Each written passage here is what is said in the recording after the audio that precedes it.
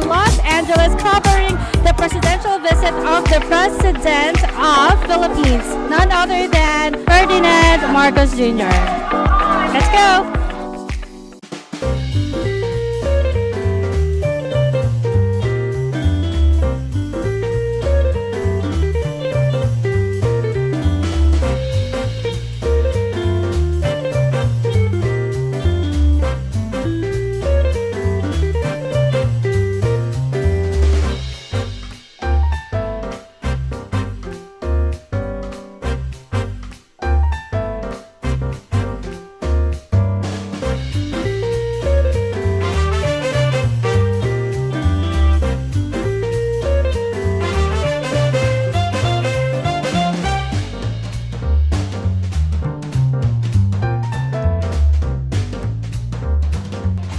Good day and welcome to this exclusive FilAmTV special broadcasting live from the iconic JW Marriott Los Angeles LA Live. I'm Esmeralda Padilla Gold, and today we bring you a momentous occasion as we unite to witness the visit of the esteemed Philippine President Ferdinand Marcos Jr. fresh from the 2023 Asia-Pacific Economic Cooperation Leaders Summit in San Francisco. President Marcos is here in Los Angeles to engage with our vibrant community leaders, fostering a dialogue that transcends borders and strengthens the ties that bind us. Join us in this unique journey, capturing insights, celebrating cultures, and forging connections that resonate from coast to coast. Welcome to this extraordinary FilAmTV special!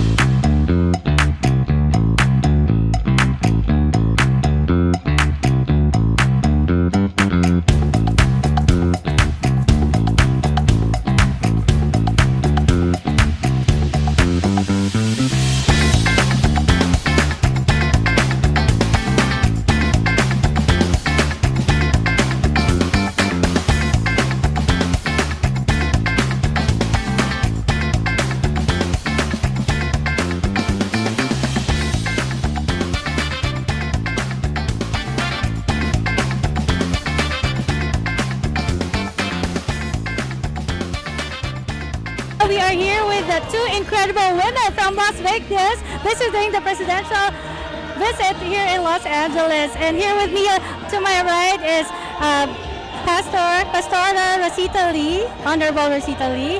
And of course to my left is the newly appointed Consul, Miss Amy Belmonte. Hello, how are you? Hi. Hi. How are you? I just have a couple of questions. Sure. Okay. In your role as a community leader and the Honorable Consul, what specific issues or opportunities do you think should be highlighted during discussions with the Philippine President? Well, you know what? There's so many things that we can do, really, and we're just begun. So what I'm going to do first is that I have my own ideals, but of course does not necessarily mean that my ideals, my concerns, are the ones that is the concern of the community. So the first thing I'm going to do is that I'm going to form a task force, honorary consul task force or an honorary consul advisory board with different people with different background, and from there we're going to assess the need of the community. We're going to do a feasibility study so that we will address the main concerns of our community. Thank you so much, Honorary Consul Amy Belmonte. And now to my right, Dr. Rosita Lee. What do you believe are the most pressing priorities for the Filipino-American community, and how do you see this aligning with the goals of the presidential visit? Well, I think it's very important that everybody be engaged and if they are qualified, to be registered to vote, because the power of the vote is so important, especially in what we're doing here in America. And that is how I truly believe that everybody should be engaged. Thank you so much for your invaluable insights, and I could not wait for us to meet the President in person. Yes. Take care. Thank you. God bless. Aloha.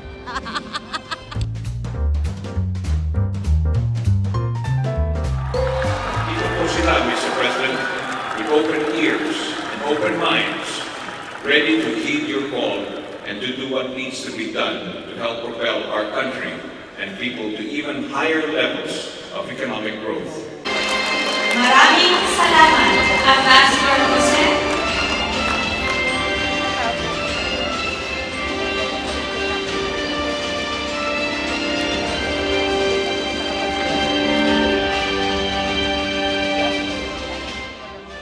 Maraming salamat sa inyong lahat at kayo ay nakarating dito sa ating pagsasama. At alam ko yung iba sa inyo ay napakalayo pang pinanggalingan.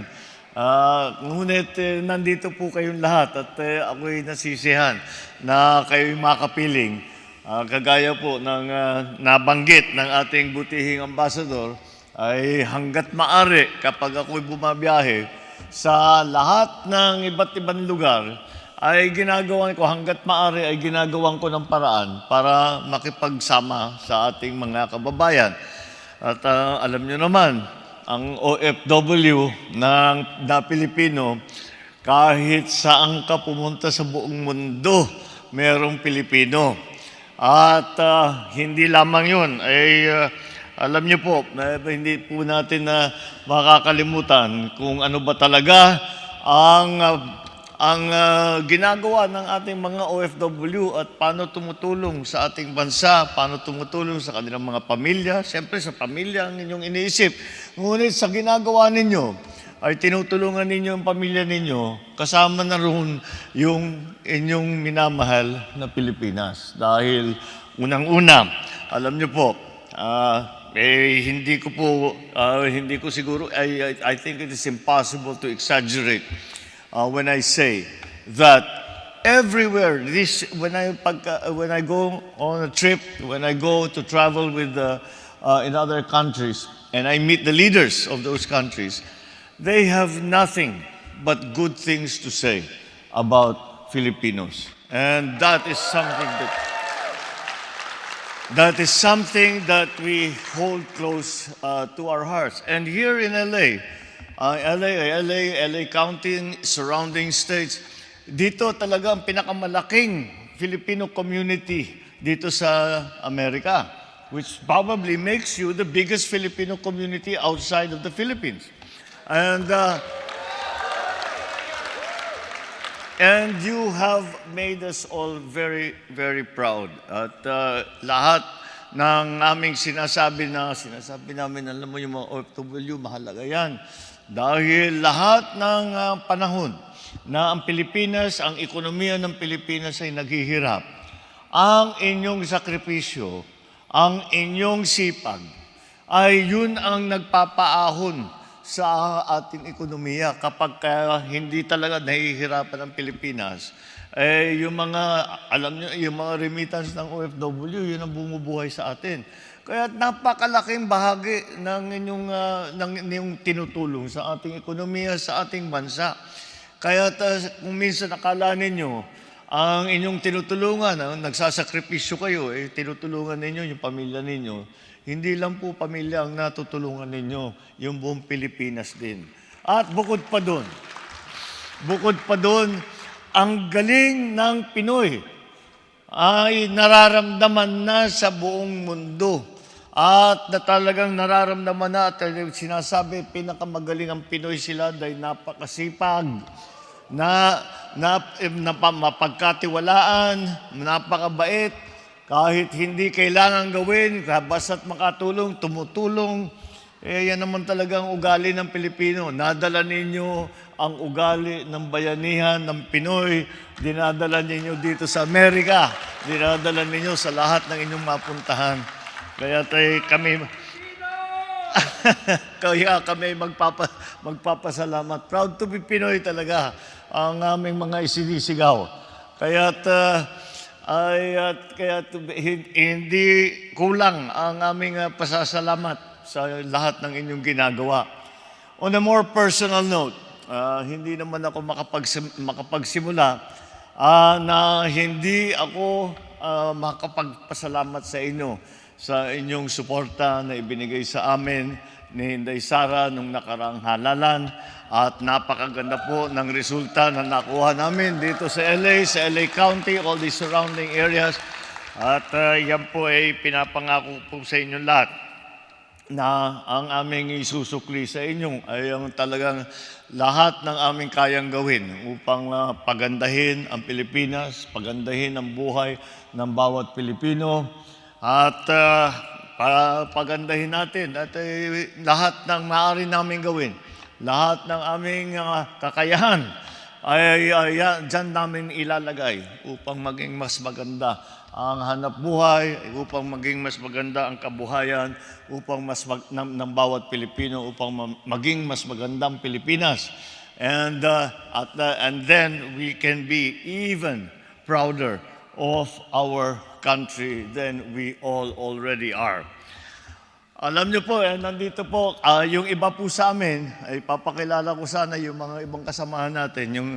Ay galing po kami sa APEC at nung nasa San Francisco kami, kasama namin halos ang laki ng delegasyon namin dahil maraming ang pag-uusapan, maraming nadesisyonan, pati yung mga nagawang bagong plano para sa Pilipinas.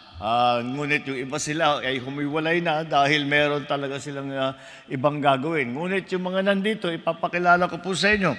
Unang-una, andito po ang ating Speaker of the House of Representatives, Representative Ferdinand Martin Romualdez. Nakilala niyo na po ang ating ambassador, si Ambassador Babes Romualdez, ang kalihim ng Department of Trade and Industry Secretary Fred Pascual. Ito po ay napaka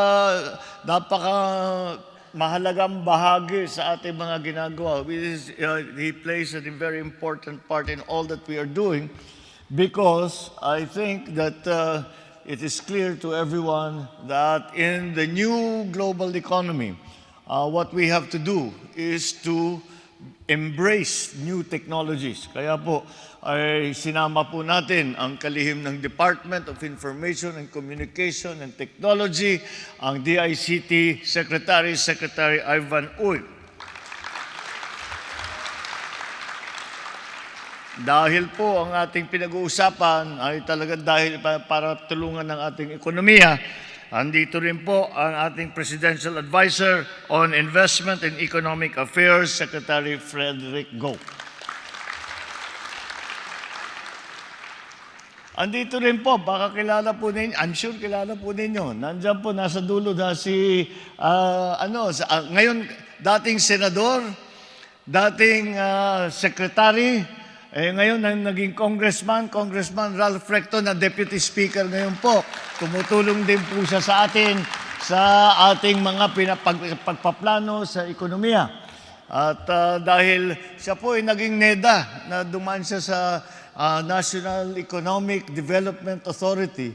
At kaya siyempre lahat ng kilala natin na madudunong tungkol nga dito sa mga bagay-bagay dahil sa ekonomiya ay pinagpapatulong tayo. Kaya po kasama natin si Congressman Ralph Recto. Baka pagkakilala ninyo sa kanya si Mr. Vilma Santos. Sabi ko na nga ba, yun ang pinakaano. Ginagawa niya yun nung nagkakampanya kami. Ako si Mr. Vilma Santos. Tinutotoo na niya. Kinarir na niya yung Mr. Vilma Santos.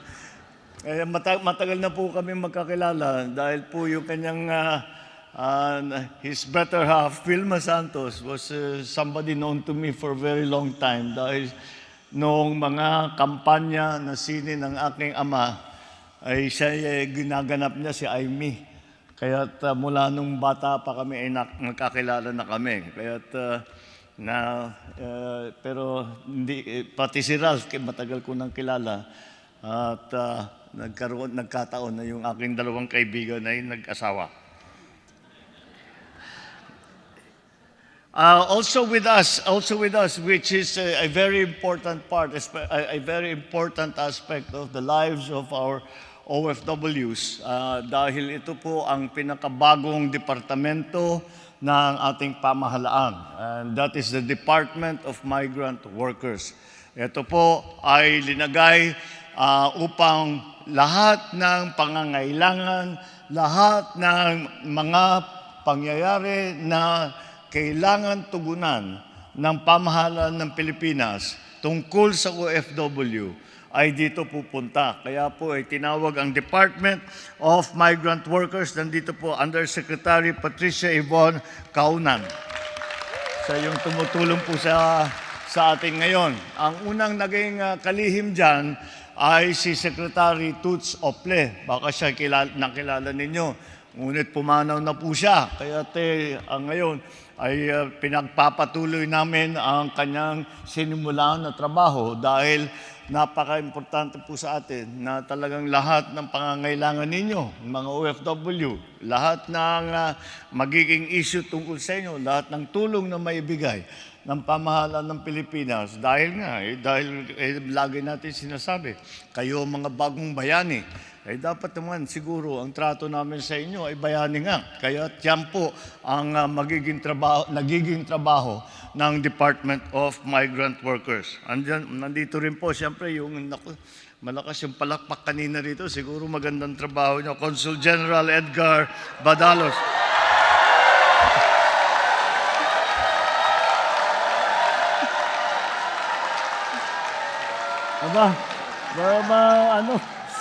Palagay ko. That is the best testimony to his good work that he's doing.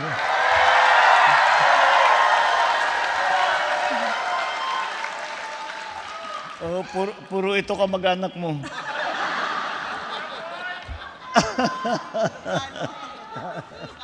Oo, puro tiga-norte itong mga Congen naman, mahahalata tayo kung ganyan ang gagawin ninyo.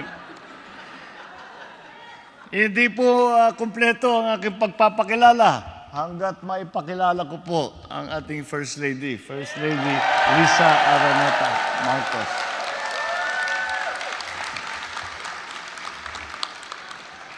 My fellow workers in government, distinguished guests, ladies and gentlemen, ating mga kaibigan, magandang hapon po sa inyong lahat. Maraming salamat sa inyong mainit na pagbati sa akin at sa aking buong delegasyon. Na imbagnal daw kada kayo aming kakabsat. Alam ko na marami sa inyo, malayo pa nga ang pinanggalingan. Help the country that nurtured and gave you all the wings that you have used to fly and to explore and to be successful. And the foundation that helped you to achieve your success here. Continue to proudly claim and celebrate your Filipino identity and heritage. Teach them to your children, to your grandchildren. Pass on your love of the Philippines to the next generation and the generations after that. They say home is where the heart is. And when they love their Filipino identity as you do, they will always belong to the Philippines no matter where they might be. Sa muli, maraming salamat sa inyong panahon at pagpunta rito sa Los Angeles para makapiling tayo lahat ng titong sandali na ito. Maraming salamat sa inyo. Mabuhay kayo lahat. Mabuhay ang Pilipino. Mabuhay ang Pilipinas.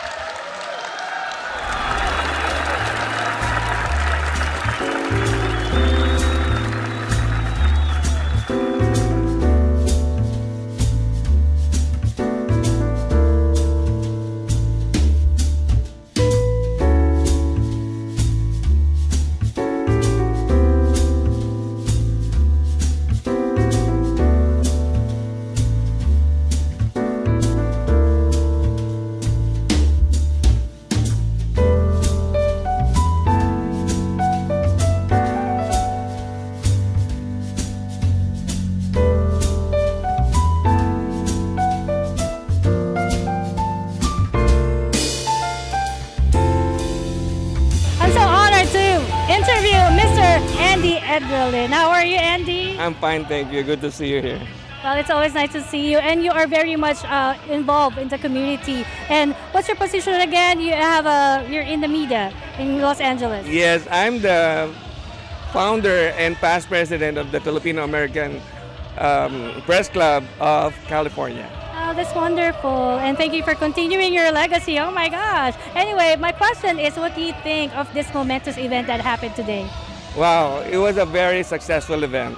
And the president was able to communicate to all the Filipino community here in LA how much he appreciates the Filipino workers here and how much important the contributions of the Filipinos back home in the Philippines because of the Filipinos here in LA. Thank you so much, Andy. Is there any message that you would like to say to all our fellow Filipinos here and, of course, back in the Philippines? Yes, continue to support our president, especially our government, because if we unite together, we will make the Philippines great again. That's a wonderful message. Thank you, Andy. Thank you. Mabuhay. Mabuhay. FilAmTV Network has the honor of bumping into America's favorite dermatologist, and she's none other than Dr. Tess Mauricio. Hello, Dr. Tess. Oh, hello. We sat next to each other. Oh, what an honor. Thank you. Oh my gosh, thank you for this privilege. Well, I would like to ask you, what do you think of the President's message to all the Filipino American leaders here in the United States? All I can say is that I'm very, very inspired. You know, I was born in the Philippines. My family moved to the United States when I was 12. So talagang pusong Pinoy pa rin ako. I can speak the language. My husband, who's Korean, couldn't understand, but he can really have the sense na he really cares. President Marcos really cares. He really is giving credit to the OFWs and the Filipinos around the world who are really representing the beauty, the talent, the heart of Filipinos. And me, as America's favorite dermatologist, I definitely have that in my heart all the time to represent our country and our people well in whatever I do. That's wonderful. I think it's really heartwarming for him to visit us here in the United States, and just like what you said, to show that he cares. Absolutely. I had a chance to spend time with his mom, Mrs. Marcos, about 10 years ago. I interviewed her and she was very gracious. We did it in her home. We even sang Dahil Sa'yo. We sang a duet, and then we ate at a buffet after together. And so I'm really, really hopeful that this is going to be a new, new time, new era for Philippines and the Filipinos. Yes. Absolutely. Well, thank you so much, Dr. Tess, and it's a pleasure to meet you here in person at the presidential visit. Thank you so much. Mabuhay. Oh my gosh, I am so thrilled to bump into Mr. Matt Ranillo. Who doesn't know him in the Philippines? He was a matinee idol and all. Anyway, Mr. Matt Ranillo, what do you think of the president's message? I'm so happy to be here to see all our kababayan from LA and others I met from Arizona, others from Nevada, and I'm really so happy to see him and so happy to see our kababayan, and they're also happy for our President Bongbong Marcos. Oh, thank you so much. Well, I'm so glad that you came to support and show your love for our fellow Filipinos here in Los Angeles. Thank you so much. Thank you so much. Thank you. Bye. I'm so happy to be standing next to Congen Edgar Badajos, Consul General Edgar Badajos.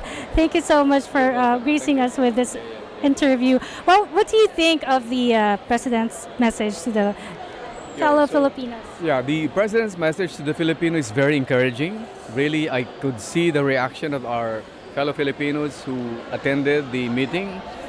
I think that they're just so encouraged to really do whatever they can do to help not just the government of President Marcos, but the entire nation.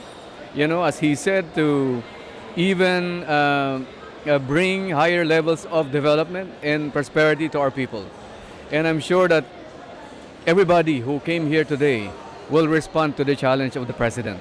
What are your hopes now for your fellow Filipinos here in We there? are hopeful, number one, that we'll see greater unity among our fellow Filipinos, especially those who are overseas. I hope that they will listen to the call of the President for more unity among our fellow Filipinos wherever you are in the world. And I hope that they will listen also to the challenge of the President for them to do more, to really do their share in nation building. Because really his government and he himself cannot do everything just by the sheer resources that he has at his disposal, but he needs the support of everybody, especially the overseas Filipino community. And we're just so thankful that today we saw a very powerful demonstration of support for the government and for the President. Maraming salamat. Yeah. Thank you so much, Conjen. It's always inspiring to hear from you. Thank you for what you do for us, Filipinos, Well, we will here not and be abroad. successful were it not for your support. So we're here because of you. Kaya ako nagpapasalamat sa inyong pagdalo ngayong hapon na ito. Thank you. Well, you were very well favored, by everyone here in the ballroom, Diamond Ballroom here at JW Marriott. Everyone was cheering for, rooting for you. What can you say about that? Well, to me, it's an affirmation that what we are doing is right, that we are doing the right thing for the Filipino community here. And when the president said that your conjan here seems to be doing something right, I felt validated in a sense, because that only means that what we have been doing for the last more than 2 years is really what needs to be done to serve the more than 1 million Filipinos under our jurisdiction. And coming from the president himself, probably that's the best validation that I can have in my entire career as a Foreign Service officer. Well, Yeah. President Marcos was evidently very proud of you as well as us here. Thank you so much. Okay, thank you very much. Mabuhay ang FilAmTV, mabuhay si Carl Magno. Hi guys, this is Matthew III, and you're watching FilAmTV. As we draw the curtains on this remarkable FilAmTV special, broadcasting from the iconic JW Marriott Los Angeles, LA Live, we extend our heartfelt gratitude for joining us on this unforgettable journey. Our sincere appreciation to Philippine President Ferdinand Marcos Jr. for gracing us with his presence and engaging with our dynamic community leaders. Together, we have witnessed a celebration of culture, shared insights, and forged connections that echo from coast to coast.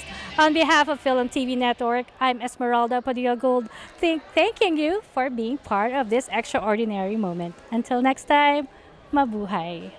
Once again, this is your Consul General Edgar Badajos in Los Angeles, and you're watching FilAmTV. Watch it, and you'll learn a lot about our country. Mabuhay at maraming salamat. Thank you.